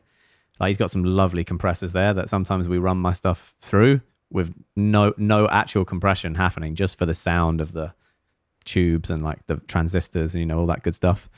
And then he converts it back to digital through a really fancy converter, and then then he'll just limit it, probably with a Pro L like I do, but with better settings, because he actually knows what he's doing. So yeah, I mean, do you master your own music? I mean, kind of, yeah. I mean, that Fusion box right behind me, you could definitely argue that's what I'm doing there, is mastering. I'm just doing it straight in the mixing project as well. Like, it's all in one. I'm a bit of a control freak. So yeah, I would say it's like 80% mastered at this point. It needs a limiter. It needs, maybe some EQ if he wants to. It doesn't need any compression. There's loads of compression in this. Noob question. Why do you need compression? Why do one need a compression?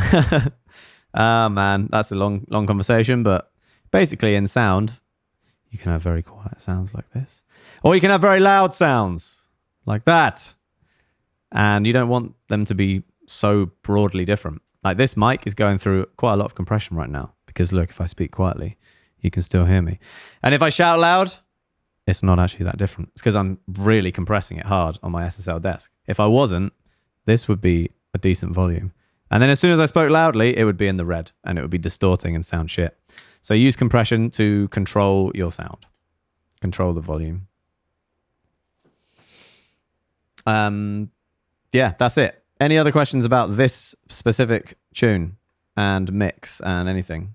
Sorry if I missed a few there. Please repeat if you already posted it. Don't feel afraid to copy and paste. How do you actually do the gated synth that's linked to the kick? You mean like the trigger synth thing? Yeah, I can show you. Oh, fucking the deck's broken.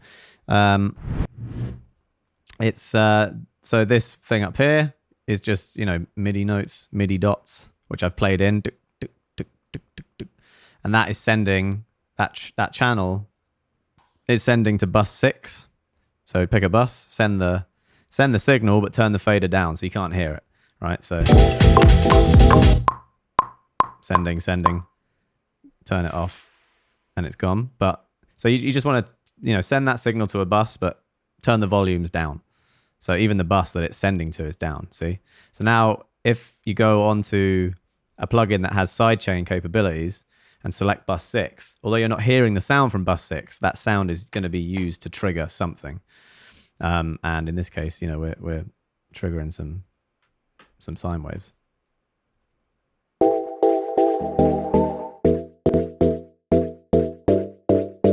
See? Bus 6. If I take that off, you won't hear anything.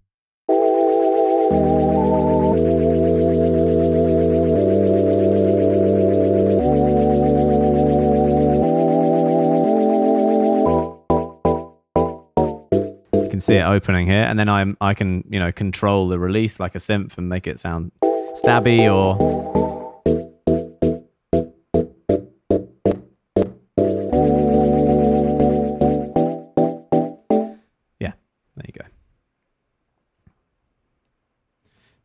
okay, I'm going to look at the comments again. Damn it.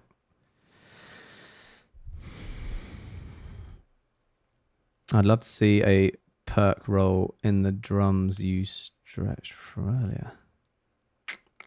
Oh, the MIDI window, do you mean? Well, it's all over the place because it's like 5 different kits playing at once, so I'm not sure it's going to be really worth it. Yeah. OBS has compression built in you can use. I know, yeah, it's just not very good. It's not as good as my SSL desk anyway. So I'm using my SSL. Well, I do use a limiter on OBS though, just in case something goes crazy. Does putting a limiter on the drum but hang on, I'm just going to close the project now because it's getting a bit crazy. Don't save. Don't save.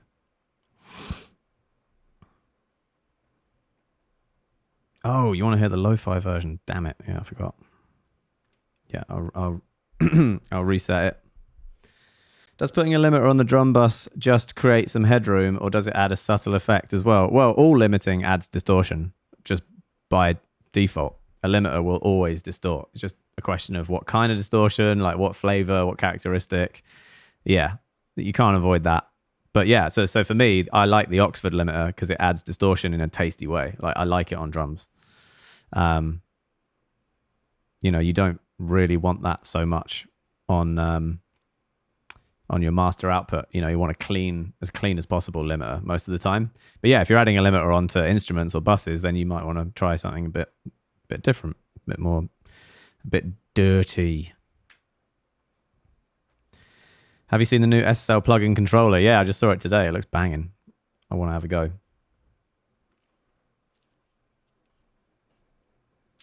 Okay, I think I missed a lot of comments again. Paste your comment if I missed you. Can you get a solid clean mix and master with just Logic stock plugins? Or you have to send it for professional mastering? I mean, my entire first album is just stock Logic plugins, but it was mastered. And, you know, you don't have to pay much for mastering. I would say yes, you can. It depends on your definition of good and clean and all that stuff and finished. But, yeah, you can do it.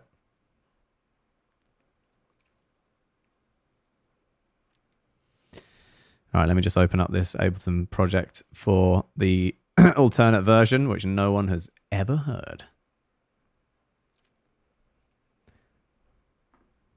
Oh, Stream Deck, mate. Let me down when I need you.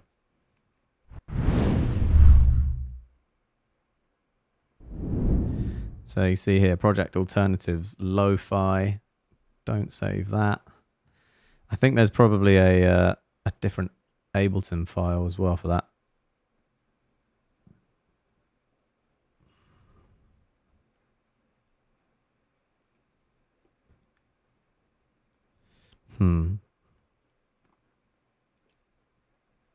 Yeah. So this is way, way, way less finished because, well, yeah, I didn't pursue it once the 441 happened.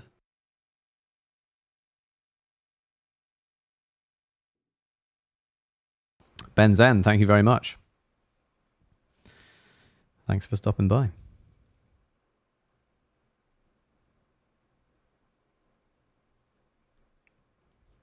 Caracal breakdown when? What, the whole album? I mean, I'm never going to do that all in one go. I think I've done some stuff off of Caracal. I did Holding On.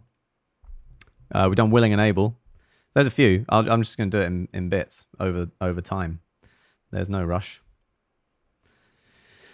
Cool, here you go. This is the lo-fi version. Oh my God. What's going on there? Yes, I think we're going to run into some issues here. Let me turn off some stuff. Or delete some stuff more.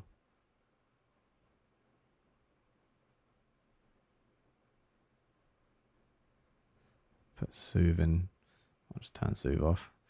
This is pretty done, actually. It's like more than I thought. Here we go now. Yeah, guys, I think Logic's going to be a bit screwed with this.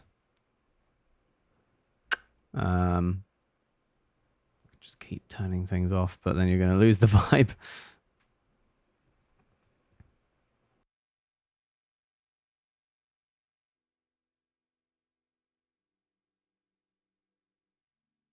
Yeah. Mate, it's not gonna happen, I don't think. We've reached our peak. Well, if I close Ableton, you really won't have the vibe at all.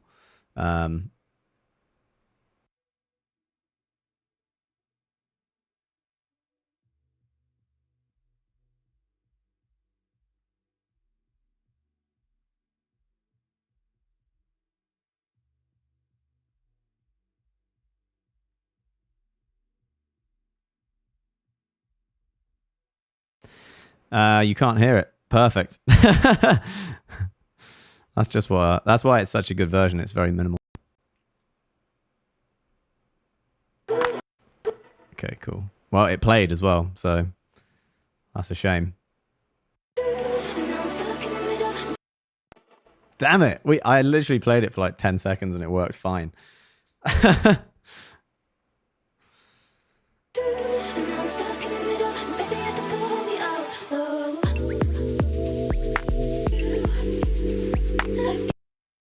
Yeah, I'll close Ableton actually. It's not doing as much as I thought. It's just vocals.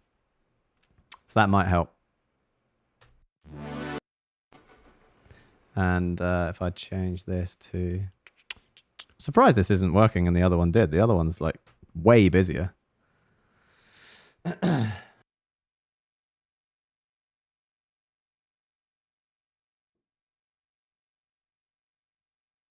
Oh, you guys like it. VIP in a box. Yeah. I've got a cooling pad under here. Yeah. It's because I'm doing everything. I'm on one computer. I get told the same stuff every stream. Do this, do this. I've done everything I can do. The cooling pad could be better though, if it was up like that. Come on, mate. Load. I got some work to do now. I need to get on with things. I could bounce it out and post a low budget preview on Discord, but I'm pretty sure I'm probably not allowed because it's not actually my song.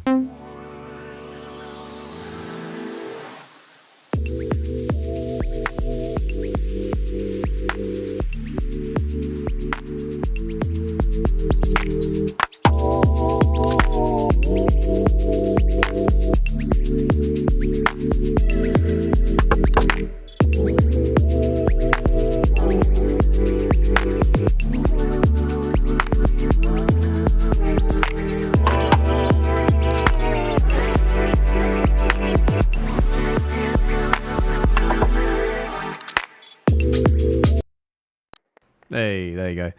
That gives you the vibes. Yeah, kind of Coreless, Jack Green, that sort of era. But it just didn't have like the bounce and the vibe of the other ones. So, but yeah, maybe it's a VIP for a very chilled DJ set one day. Poolside. But yeah, same chords, same everything. It's not an M1 MacBook. No, it's my 2019 MacBook. And it does just fine. It's just when you do everything at once, it gets a bit crazy. Like I could stream on a separate laptop, but then I'd have to take 2 laptops around the world everywhere with me. So screw that. All right, guys. I think that's everything from today, remix-wise. I just want to shout out the fact that I've got just a fun little NFT thing out today with my mate JR. And I just posted it on Twitter. If you want to go and check it out, it's on OpenSea. It's part of the Bored Ape Yacht Club series. I don't know how into NFTs and stuff you guys are at this point, but basically, the Bored Ape Yacht Club is it's like a series of NFTs of these apes, cartoon apes, and they made 10,000 of them, and they all sold out super quick. And if you bought one and you own one, you're allowed to kind of customize it if you're a graphic designer and you want to do that, and then resell them on. And I know this guy who's got a bunch, and so we went through the ones that he made and picked one to customize, and I made some music underneath it, and it's nothing serious. It's just it's a bit of fun. Here it is.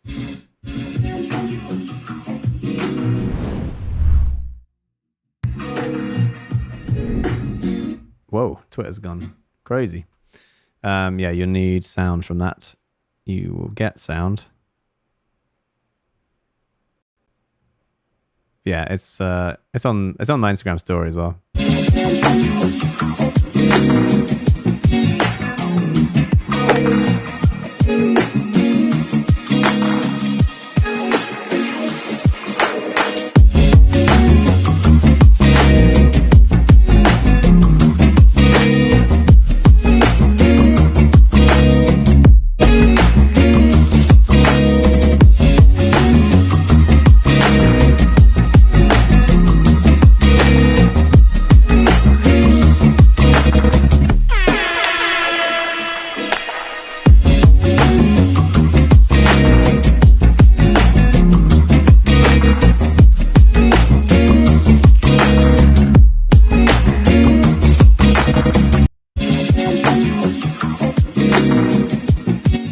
Yes, there you go. That's the vibe. Yeah, full Grand Theft Auto Vice City vibes. We were kind of rolling on the fact that I just moved to Miami and I just wanted to make something that looked like Miami, but in the 80s. And yeah, specifically like one of the loading screens that you'd get in like GTA Vice City, you know, when you're like on the way to do a mission. So yeah, it's just a bit of fun. Like the Bored Ape Yacht Club is this thing.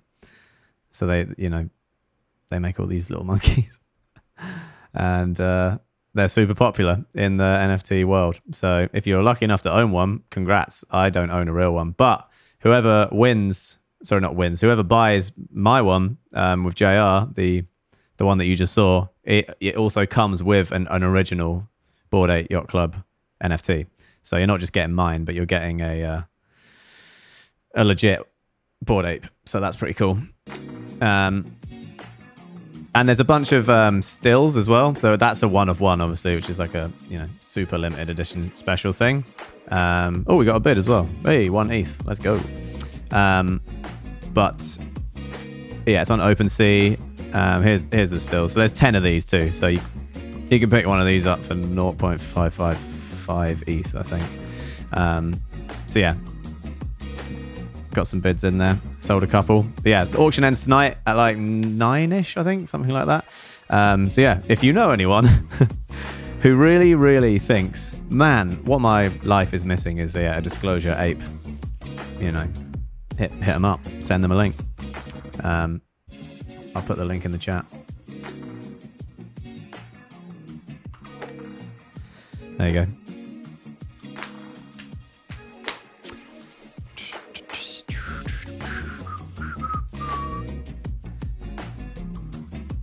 Pretty vibey, that, isn't it?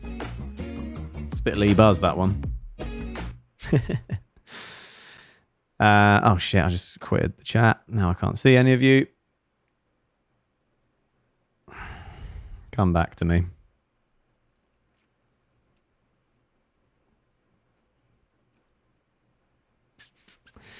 Lee Buzz says guitar so nice. Yeah, there you go.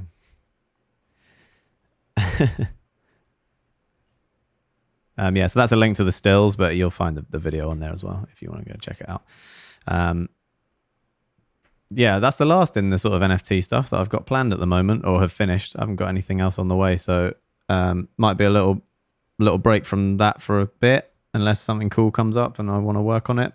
I'm going to get to finishing new music first over the next couple of weeks, which is fun. Are you banned, Lee Buzz? Yeah, probably. I would say so.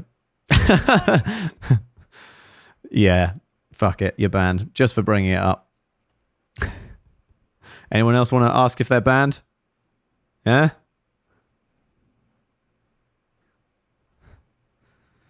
Life sentence, damn right. Yeah, I think the top 5 are banned from the Audius one. You guys were very good. Top 5 banned. Let's keep it fair now. I let a lot of people out of prison recently, so yeah, let's let some people through. Okay, cool. Jamie O's banned. Yeah, why not? He's banned too. Everyone's fucking banned.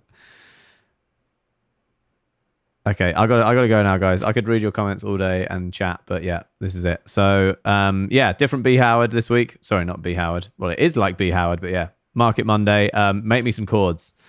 I am going to listen through your most jazzy chords that you can make on Monday.